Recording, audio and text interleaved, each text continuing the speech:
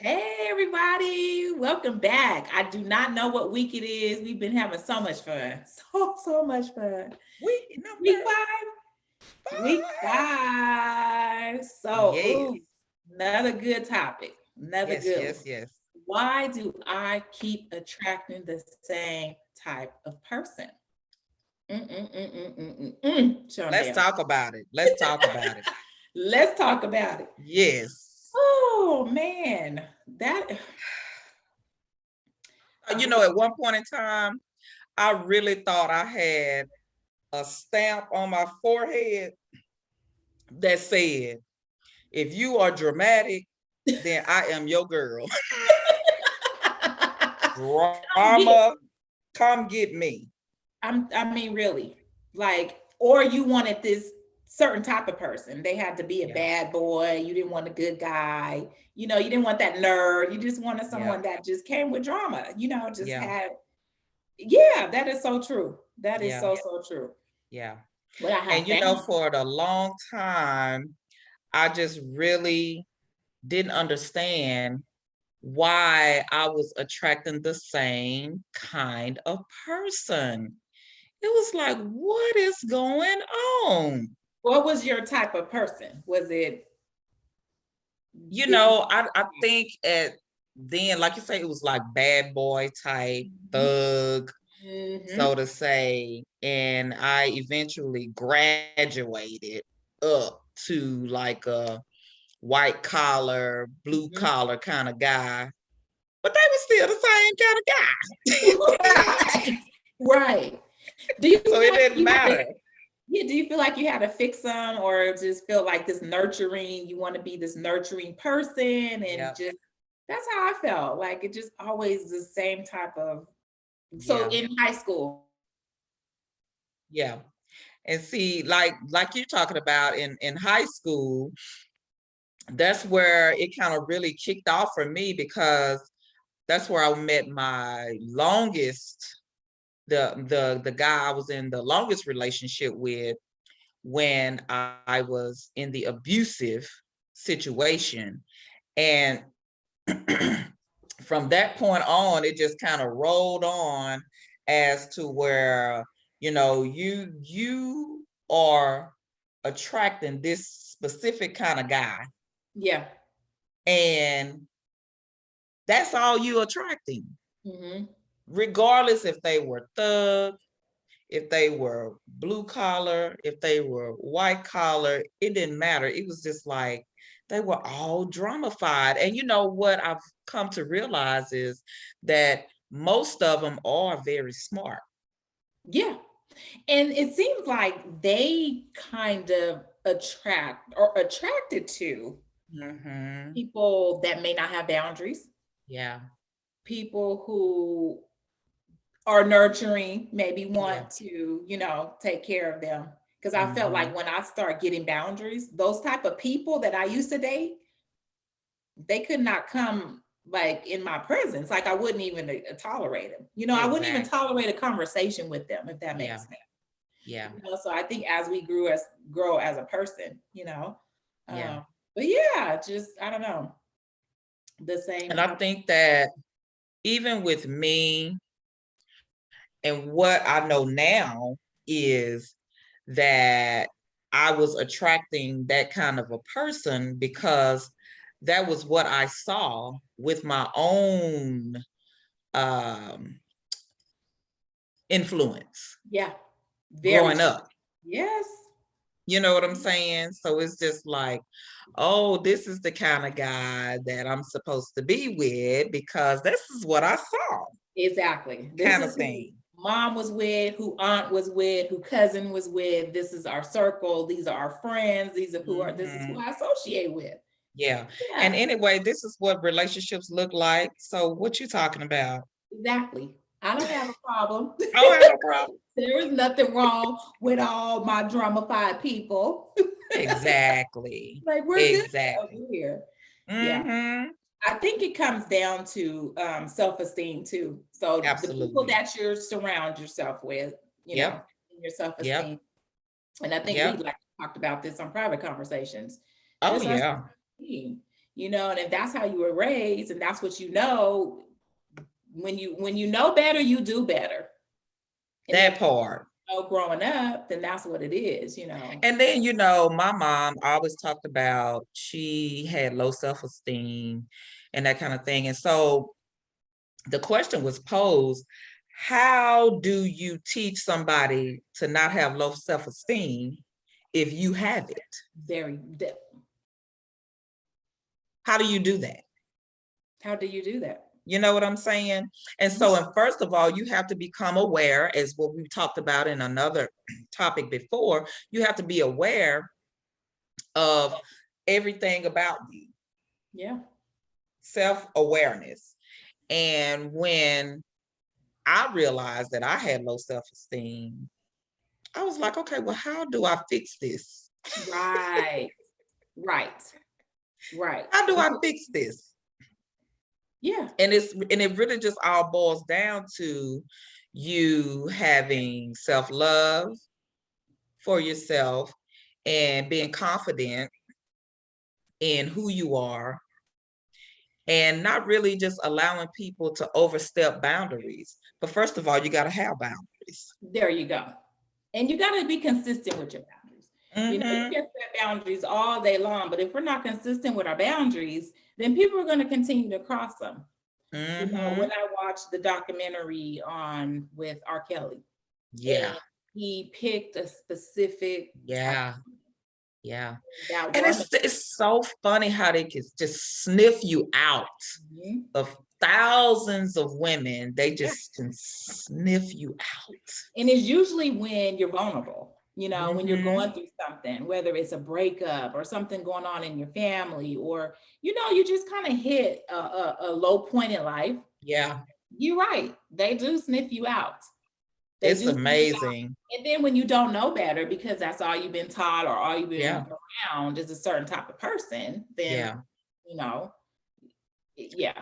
And I think that really when we start talking about things that have happened in our past, whether it be family related, relationship related, and you really start talking that you know, belittling yourself and talking down on yourself, they sense that.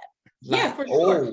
And then when you start believing what has been told to you over and over and over and over again, then that is where that low self-esteem comes from. Because a lot of times people get into relationships with high self-esteem, you know, really high. And then before you know it, you just kind of like, okay, maybe what they're saying is true. Maybe what they're saying is right. And then it goes back to your environment. If you continue to stay in this toxic environment, then that's kind of what it is, you know. Absolutely. Absolutely. Learning how to, you know, love yourself again, pick yourself back up, associate yourself with different type of people. If you look at the people that you used to hang out with, like me, I'm like, oh, I used to hang out with that, or I used to date people. Exactly. What in the world was going on in my life? Exactly. You know? Exactly. And that's why it's so important that we work on ourselves, because if we don't, we will remain the same person and keep attracting the same kind of people to us over and over again. Well, and it doesn't have to necessarily just be a guy. You can be attracting toxic friendships. Yes. Come on with it. Yeah. Family members that you continue to allow in your space and your presence, and not set boundaries with them. Yeah. Co-workers, it's just your environment, you know. Basically. And it's just that I always say the hard truth, you know, when we have to take that hard look within, you know, really look within, like, okay, what's going on here? What do I need to do to fix this? Because I don't want this. You know, we have sense enough to know that we don't want something anymore. A lot of times we just don't know how to fix it or get out of that situation, you know. But when we look at it, we're like, I don't want this. I don't want to feel this way anymore. It's not a good feeling. Yeah. You know, we do to work on that. Yeah. And even with women, a lot of times, you know, there's can be so dramafied, like everything. I just left out of the gas station, and this one girl was having a conversation with somebody in there, but the whole parking lot area heard what she was talking about because she was just so loud. I'm like, Right. That can sounds we like use our inside voice? yeah. That sounds like the lady in the bank today on her phone, and the other lady turned to her and was like, "We don't want to hear your conversation." I was like, "Oh, Exactly. but That yeah, part. you know, That it's part. funny to have girls to know that a lot of women are emotional. We are drama. Yes. Oh my God. And I remember just being that girl, like doing ride-bys and, you know, calling them on the phone 100 times, cussing Right. them out, and like, Lord have mercy. I Going can't even, and then just looking back on that, I can't even believe I used to do that kind of stuff, you know? going tick for tack. Like, you want to go, I will go. Like, yeah. But you know, it just goes back to that learned behavior. You know, Yeah. after a while, you start picking up on behaviors that we have seen growing up in everything. So, and you really have to do a total 360 and just really take a look at what it is that you've been doing as opposed to what you're transforming into. And that's hard. It's a hard task to do. It's not simple stuff that, you know, you just learn overnight. This is like practice. You got to practice this kind of thing. It's work. It's not because I even find myself wanting to go bad on somebody, you know, and I just have to sit back and be like, woosah. Right. You have to practice everything all the time. You have to practice what it is that you're doing, because if not, it's just like you still fall in those same traps, and then you start wondering why people don't want to deal with you, and why people don't call you to go to their functions, and why they don't want you around them and their friends and that kind of thing, because you know they know that you're just gonna bring drama to the situation. And especially if you're trying to work on yourself, you're trying to work on yourself, but you still bringing all this bad energy my way. I'm just like, oh no, right. I can't have it. Family, yeah, or not. Right. Friends, it doesn't matter. Look, I'm not going to come down to your energy level. You're going to have to come up to mine. Yeah. Because what we're not going to do is be clashing, and you're going to ruin my day, ruin my vibe, and, you know, I'm not doing it. Exactly. I'm just not doing it. No. And so if you're going to be able to, if you feel as though, you know, your whole motive is to ruin my day or ruin my vibe or what, we're not having it. Go somewhere else. Yeah. Especially like, you know, you say after you put in the work on the healing part, you notice that you just don't have tolerance, the patience, you know, to be around that type of person anymore. Yeah. But really take a look within, you know, like, why do I keep attracting the same type of person? Is it my environment, you know? And even when I did. Is it my low self-esteem? Yeah, you know, even when I did, and I was just like, this one guy I saw him over the weekend, and I was like, what in the entire hell was I thinking?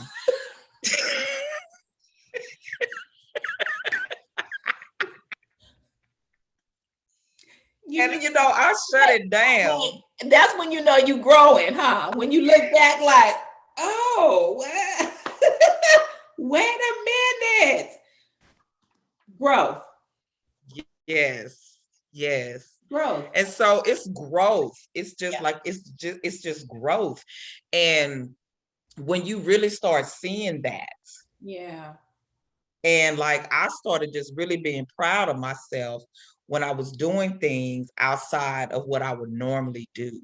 Right. Normally handle situations, you know, that other behavior. And I was just like, you know what? I can do this. And you know, it comes to a point where you are sick and tired of being sick and tired. Oh my God. That's when you go and have that aha awakening moment where it's just like, this isn't working and I don't like it. You know, and that's when you come to your your moment of you know truth. Like, okay, we need to regroup here and let's figure this out because this ain't it. I'm getting older. You know, I don't want to continue on with this type of person. This isn't it for me. Right. And if you're meeting someone after having a conversation with them, and I'm more about purpose now. So if you don't already have a purpose in life, come on with it. If you don't already have that going on with you, then I'm not going to wait for you to find what that is. You know what I'm saying? And this is just for me. You know, I want you to already be operating in that thing, right? Because I'm 49. Right, exactly. That's what I was gonna say. Not this stage in the game. No. And you do that in your 20s and your 30s, you know. Boom. But yeah, no. At this point in life, you know, you want that to find someone, like you said, with purpose. What are we doing? Yeah. That part. So, you know, that wraps it up for this segment. Yeah. You know, and just think of, you're gonna have to do a soul search. Why do you keep picking it? Is it self-esteem? Is it the environment you were raised in? Yeah. And what do you do to get out? Yeah. Because everything that you did, you're going to have to change. Yeah. You're going to have to unlearn that thing and learn something new that's going to be healthy for you to move forward in your healing process. And that's it. And that's all. Boom. Boom, baby. Until next time. All right, y'all. Have a good one.